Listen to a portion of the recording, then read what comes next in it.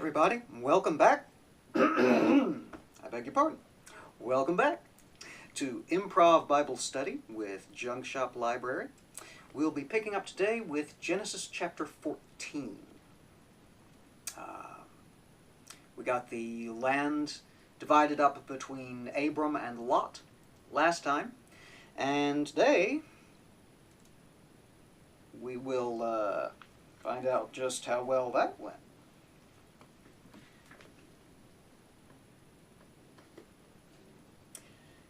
Genesis, 14th chapter. And it came to pass in the days of Amraphel, king of Shinar, Arioch, king of Elasar, Kedorlaomer, king of Elam, and Tidal, king of nations, that these made war with Bera, king of Sodom, and with Birsha, king of Gomorrah, Shinab, king of Admah, and Shemeber, king of Zeboim, and the king of Bela, which is Zoar. All these were joined together in the vale of Siddim, which is the salt sea. 12 years they served Kedorlaomer. And the kings that were with him, and smote the Rephaims in Ashtaroth Karnaim, and the Zuzims in Ham, and the Emins in Shava Kiriathaim, and the Horites in their Mount Seir unto El Paran, which is by the wilderness. And they returned, and came to En Mishpat, which is Kadesh, and smote all the country of the Amalekites, also the Amorites that dwelt in Hazezon Tamar. And there went out the king of Sodom, and the king of Gomorrah, and the king of Admah, and the king of Zeboim, and the king of Bela, the same as Zoar, and they joined battle with them in the vale of Shiddim. When Kedorlaomer, the king of Elam, and with Tidal, king of nations, and Amraphel, king of Shinar, and Arioch, king of Elasar, 4 kings with 5. And the vale of Siddim was full of slime pits, and the kings of Sodom and Gomorrah fled, and fell there, and they that remained fled to the mountain.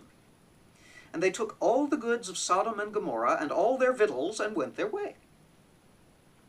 And they took Lot, Abram's brother's son, who dwelt in Sodom, and his goods, and departed. And there came one that had escaped, and told Abram the Hebrew, for he dwelt in the plain of Mamre the Amorite, brother of Eshcol, and brother of Aner, and these were confederate with Abram. And when Abram heard that his brother was taken captive, he armed his trained servants, born in his own house, 318, and pursued them into Dan. And he divided himself against them, he and his servants, by night, and smote them, and pursued them unto Hobah, which is on the left hand of Damascus. And he brought back all the goods, and also brought again his brother Lot, and his goods, and the women also, and the people.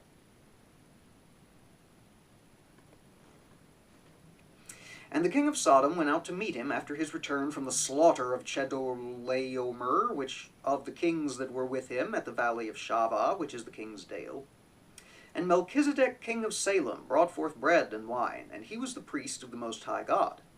And he blessed him, and said, Blessed be Abram of the Most High God, possessor of earth and heaven. And blessed be the Most High, which hath delivered thine enemies into thy hand. And he gave him tithes of all. And the king of Sodom said unto Abram, Give me the persons, and take the goods to thyself. And Abram said to the king of Sodom, I have lift up mine hand unto the Lord, the Most High God, the possessor of heaven and earth, that I will not take from a thread even to a shoe latchet, and that I will not take anything that is thine, lest thou shouldest say, I have made Abram rich.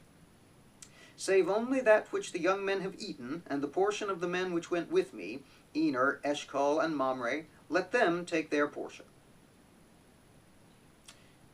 And that's chapter 14. The tale of Abram the warlord.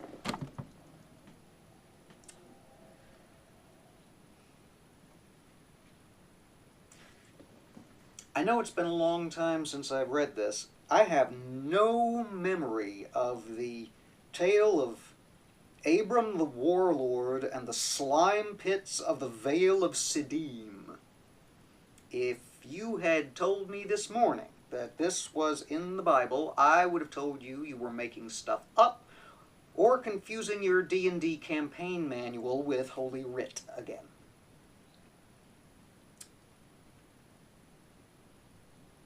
Big war, kings with unpronounceable names, Abram's 318 trained servants, for whom he apparently just had swords lying around sufficient to arm. Kind of lost track of the grammar of that sentence.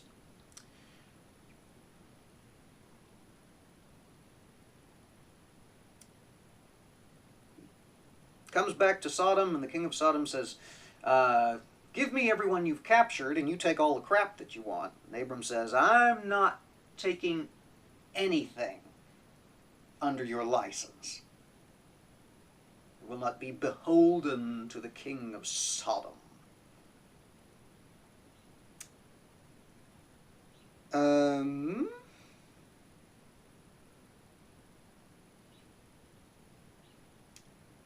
that's it.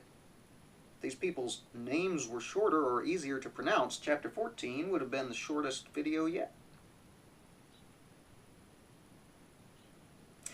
As it is, I think we're going to leave it there. The big war in the slime pits of Siddim, and Melchizedek, the high priest of God, and the king of Salem, which I had forgotten. Alright, so we'll be back soon with Genesis 15.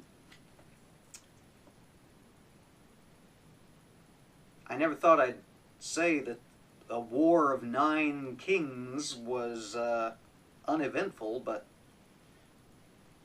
my goodness. It doesn't quite make me wish for the begats, but it's almost enough for me to wish Noah back again. I kid. I jest. I want you to subscribe and stay with me. Click the thumbs up if you like what you've been seeing. Remember, there is a playlist on the channel of everything up to this point, so if you missed anything, you can go back and get caught up to speed before we begin Chapter 15. The Ides of Genesis? Alright, we'll see you again soon.